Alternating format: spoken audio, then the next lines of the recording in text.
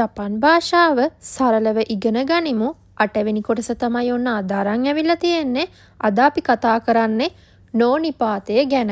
ඉතින් අපි මුලින්ම බලමු මේ නෝ නිපාතයේ භාවිත මොනවද කියලා. ඉතින් නෝ නිපාතයේ භාවිතා වෙන්නේ නාමපද දෙකක් අතර අයිතියක් හෝ සම්බන්ධයක් ප්‍රකාශ කරන්න. ඉතින් අපි උදාහරණ ටිකක් බලමු. එතකොට ඔයාලට මේ නෝ නිපාතයේ භාවිතය තවත් හොඳට පැහැදිලි වෙයි. ඉතින් මෙතනදී භාවිතා වන රටාව තමයි noun එකක්. ඒ කියන්නේ නාමපදයකට නෝ නිපාතය යෙදෙනවා. ආයේ නාමපදයක් යෙදෙන උදාහරණයක් විදියට වතෂි නෝ තොමොදාචි. වතෂි කියන්නේ මෙතනදී නාමපදයක් මම කියන අර්ථය. ඊළඟට තොමොදාචි කියන්නේ යාළුවා. නැත්තම් මිතුරා කියන්නේ. එතකොට ඒකත් නාමපදයක් නේ. ඉතින් මේ දෙක අතරට තමයි නෝ නිපාතය යෙදිලා තියෙන්නේ වතෂි නෝ තොමොදාචි. ඒකේ තේරුම මගේ මිතුරා නැත්තම් මගේ යාළුවා. ඉතින් මගේ කියන අයිතිය හැඟවෙන්න තමයි නෝ නිපාතය ඇවිල්ලා තියෙන්නේ. ඊළඟට සෙන්සෙයි නෝ හොන්. සෙන්සෙයි කියන්නේ ගුරුවරයා, පොතට කියන්නේ හොන් කියලා. ඉතින් මේ දෙක අතරට නෝ නිපාතය ආවම ගුරුවරයාගේ පොත. ඉතින් ගුරුවරයාට අයිති දෙයක් කියන්න අයිතිය හැඟවෙනවා ගුරුවරයාගේ පොත. එහෙනම් මෙතනදිත් අයිතිය හැඟවෙන්න නෝ නිපාතේ භාවිතා වෙලා තියෙනවා. ඊළඟ එක කනජොන කසා. ඇයගේ කුඩය. මෙතනදිත් කනජො කියන්නේ ඇය, කසා කියන්නේ කුඩය. ඉතින් ඇයගේ කුඩය කියද්දී කනජොනෝ කසා කියලා යෙදিলা තියෙනවා. ඊළඟට නිහොන් නෝ තබෙමොනෝ. නිහොන් කියන්නේ ජපානයේ, තබෙමොනෝ කියන්නේ කෑම. එතකොට ජපානයේ කෑම කියද්දී ජපානයට අයිති කෑම කියන එකනේ. එතකොට නිහොන් නෝ කියලා භාවිතා වෙලා තියෙනවා. ජපානයේ කෑම නිහොන් නෝ තබෙමොනෝ. ඊළඟට අපි නෝ නිපාතයේ භාවිතා වෙන උදාහරණ වාක්‍ය ටිකක් බලමු. වතෂි නෝ ඉයේවා ඕකී දෙස්. මෙතනදී නෝ නිපාතයේ භාවිතා වෙලා තිනවා වතෂි නෝ ඉයේ කියන්නේ. කියන්නේ මගේ ගෙදර. ඉයේවා ඕකී දෙස්. ඕකී දෙස් කියන්නේ විශාලයි කියන අර්ථය. එහෙනම් වතෂි නෝ ඉයේවා ඕකී දෙස්. මගේ ගෙදර විශාලයි කියන අර්ථය. ඉතින් මෙතනදී අපි කලින් ඉගෙන ගත්ත වානිපාතයේ යෙදිලා තියෙනවා. ඉතින් මේ වාක්‍යයේ කතා කරන්නේ මගේ ගෙදර ගැනනේ. එතකොට ටොපික් එක මෙතනදී මගේ ගෙදර. ඒ කියන්නේ වතෂි නෝ ඉයේ. ඒ හින්දා ඉයේ වලට පස්සේ තමයි වානිපාතයේ යෙදිලා තියෙන්නේ. ඉතින් වානිපාතය වීඩියෝ එක බැලුවේ නැති කෙනෙක් ඉන්නවා නම් ඒ වීඩියෝ එකත් බලන්න. එතකොට ඒ පාඩමත් හොඳට තේරුම් ගන්න පුළුවන්. මෙතනදිත් ඒ විදිහටමයි වානිපාතයේ යෙදිලා තියෙන්නේ.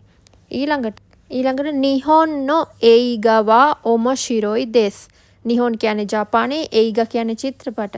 එහෙනම් ජපානයේ චිත්‍රපට නිහොන් නෝ ඒයිගා වානිපාතයේ යෙදිලා තියෙනවා. මොකද නිහොන් නෝ චිත්‍රපට ජපානයේ චිත්‍රපට ගැන කියවෙන්නේ. එහෙනම් නිහොන් නෝ ඒයිගා ඔමොශිරොයි දෙස්. ඔමොශිරොයි කියන්නේ රසවත්, විනෝදජනකයි කියන අදහස.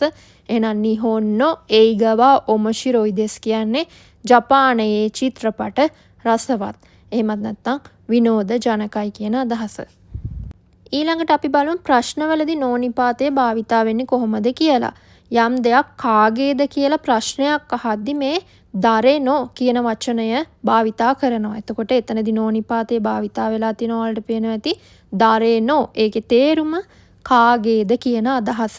මෙතනදී දෙවිදියකට පාවිච්චි කරන්න පුළුවන්. ඉතින් පළවෙනි රටාව තමයි දරෙනෝ යොදලා ඊට පස්සේ noun එක යොදන්න පුළුවන්.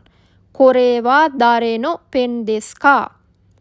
මේක කාගේ පෑනද කියන එක. මේ කාගේ පෑනද. එතකොට කොරේවා දරෙනෝ පෙන්. දරෙනෝ පෙන්. එතකොට දරෙනෝ වලට පස්සේ තමයි මේ පෙන් කියන නාමපදය යෙදිලා තියෙන්නේ. එහෙනම් කොරේවා දරෙනෝ පෙන් දෙස්කා. ඒකේ තේරුම කොරේ කියන්නේ මේක කියන අර්ථය. මේක කාගේ පෑනද කියන එක තමයි තේරුම. ඊළඟට දෙවෙනි ආකාරය, දෙවෙනි රටාව noun එක වානිපාතයේ යෙදලා දරෙනෝ දෙස්කා කියලා අහන්නත් පුළුවන්. කලින් දරෙනෝ වලට පස්සේ noun එක යෙදුවා. දැන් noun එක යොදලා වානිපාතයේ යොදලා දරෙනෝ දෙස්කා කියලාත් ඒකම අහන්න පුළුවන්. උදාහරණයක් උදාහරණෙම කොනෝ පෙන්වා දරෙනෝ දෙස්කා කියලා අහන්න පුළුවන්. ඒක මේ පෑන කාගේද කියන අදහස. ඉතින් ඉස්සෙල්ලා උදාහරණෙදි කියුනේ මේක කාගේ පෑනද කියලා. දැන් මේ පෑන කාගේද දෙකේම අර්ථය එක වගේ දෙවිදියටම යොදන්න පුළුවන් කියන එක මතක තියාගන්න. මේ දෙවිදියටම උදාහරණ ටිකක් බලමු. කොරේවා දරෙනෝ හොන් දෙස්කා. මේක කාගේ පොතද නැත්නම් මේ කාගේ පොතද කියන එක. එතකොට දරෙනෝ හොන් දෙස්කා පළවෙනි ආකාරයෙන් තියෙන්නේ. දරෙනෝ වලට පස්සේ තමයි noun එක යෙදලා තියෙන්නේ. ඊළඟ එක අරේවා දරෙනෝ කුරුමා දෙස්කා. අරක කාගේ කාර් එකද? එතනත් දරෙනෝ වලට පස්සේ කුරුමා කියන නවුන් එක යෙදිලා තියෙනවා. ඊළඟට සොනෝ කබන්වා දරෙනෝ දෙස්කා. දෙවෙනි ආකාරයනේ.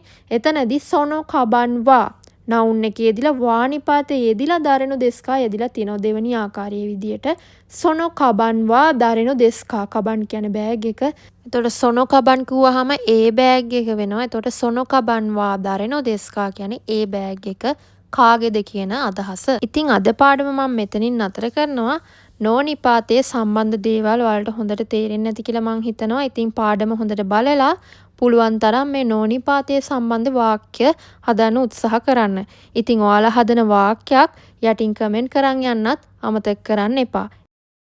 ඒ වගේම තව කෙනෙකුට ප්‍රයෝජනවත් වෙයි කියලා හිතනවා නම් මේ වීඩියෝ එක ෂෙයා කරන්න. එහෙනම් ඊළඟ කොටස අරන් ඉක්මනින්ම එනකන් හැමෝටම බයි බයි සයෝනාරා.